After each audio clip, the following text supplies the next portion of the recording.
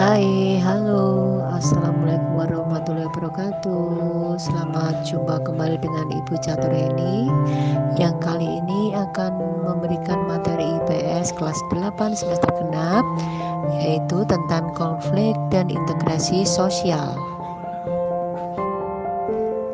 Apa itu konflik?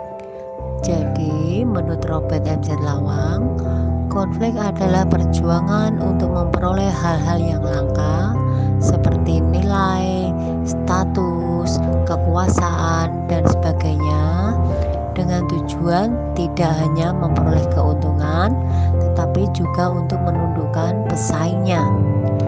Sedangkan menurut Kartono, konflik adalah proses sosial yang bersifat antagonistik dan terkadang tidak dapat diserasikan dikarenakan kedua belah pihak yang berkonflik memiliki tujuan, sikap, dan struktur nilai yang berbeda dan tercermin dalam berbagai bentuk perilaku perlawanan, baik yang halus, terkontrol, tersembunyi, tidak langsung, terkamuflase maupun yang terbuka dalam bentuk tindakan kekerasan.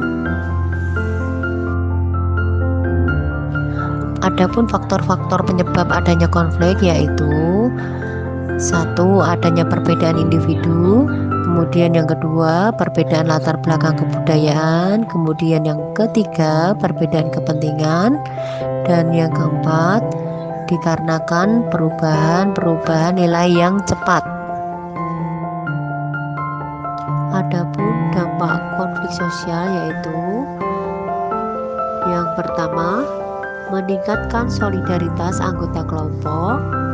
Kemudian dampak konflik sosial kedua, retaknya hubungan antar individu atau kelompok. Kemudian terjadinya perubahan kepribadian para individu. Kemudian selanjutnya yaitu rusaknya harta benda dan bahkan hilangnya nyawa manusia. Dan yang terakhir dampaknya yaitu terjadinya akomodasi, dominasi, bahkan penaklukan salah satu pihak yang terlibat pertikaian. Adapun penanganan konflik sosial yaitu bisa dengan cara menghindar, kemudian memaksakan kehendak, kemudian menyesuaikan keinginan orang lain, kemudian tawar-menawar, dan juga dengan cara penanganan kolaborasi. Nah anak-anak, sekarang kita sampai integrasi sosial. Apa integrasi sosial itu? Jadi menurut Platon, integrasi adalah suatu pola hubungan yang mengakui adanya perbedaan ras dalam masyarakat tetapi tidak memberikan fungsi penting pada perbedaan ras tersebut. Jadi, integrasi sosial merupakan proses penyesuaian unsur-unsur yang berbeda dalam masyarakat sehingga menjadi satu kesatuan. Nah, apa sajakah syarat terjadinya integrasi sosial?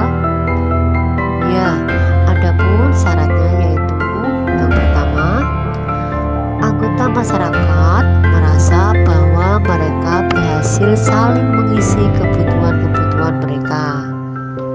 Kemudian syarat yang kedua, masyarakat berhasil menciptakan kesepakatan atau konsensus bersama mengenai nilai dan norma.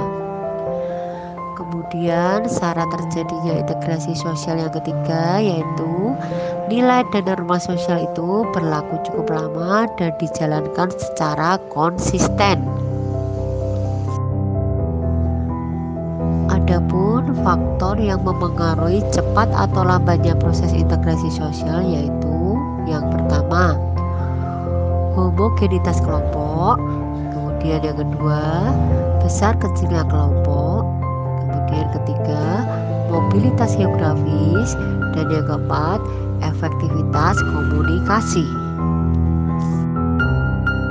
Sedangkan bentuk-bentuk integrasi sosial yaitu ada tiga. Yang pertama, integrasi normatif, dan yang kedua, integrasi fungsional, dan yang ketiga, integrasi koersif. Yang dimaksud dengan integrasi normatif yaitu integrasi yang terjadi akibat adanya norma-norma yang berlaku di masyarakat. Kemudian yang dimaksud integrasi fungsional yaitu integrasi yang terbentuk sebagai akibat adanya fungsi-fungsi tertentu di dalam masyarakat. Kemudian integrasi koersif yaitu integrasi yang dilakukan dengan cara paksaan. Anak-anakku kelas 8, adapun proses integrasi sosial dapat melalui dua cara, yaitu yang pertama asimilasi dan cara yang kedua yaitu akulturasi. Yang dimaksud asimilasi adalah bertemunya dua kebudayaan atau lebih yang saling mempengaruhi sehingga memunculkan kebudayaan baru dengan meninggalkan sifat asli tiap-tiap kebudayaan.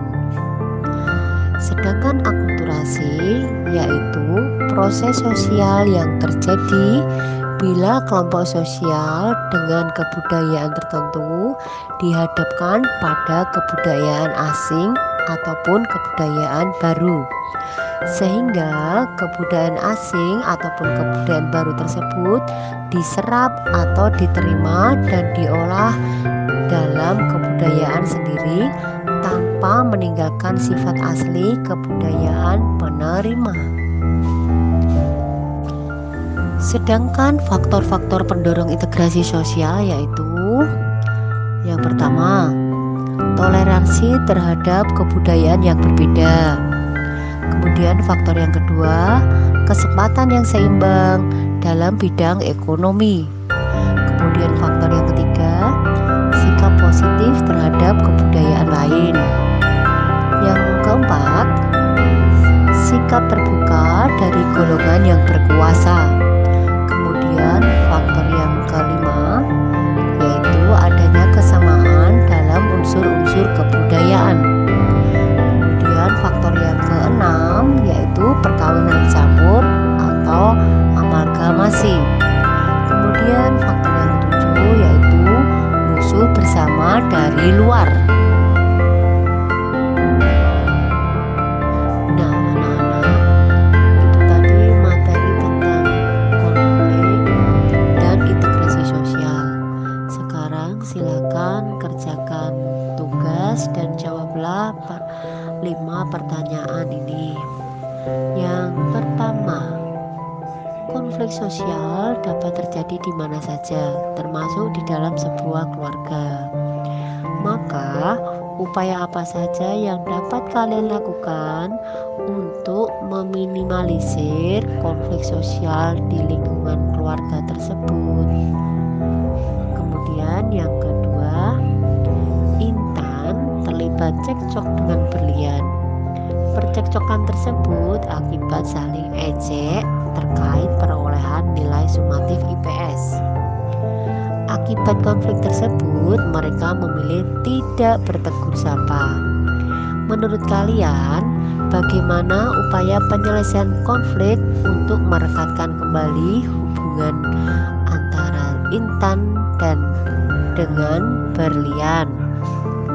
Kemudian yang ketiga, tugasnya yaitu berikan 2 contoh konflik sosial yang melibatkan antar individu dan antar kelompok. Tugas yang keempat, apa saja pendorong terjadinya integrasi sosial? Dan tugas yang kelima yaitu mengapa homogenitas masyarakat dapat mempercepat integrasi sosial. Nah, anak-anak, itu tadi materi tentang konflik dan integrasi sosial. Terima kasih sudah menyaksikan. Wassalamualaikum warahmatullahi wabarakatuh. Sampai jumpa di lain kesempatan.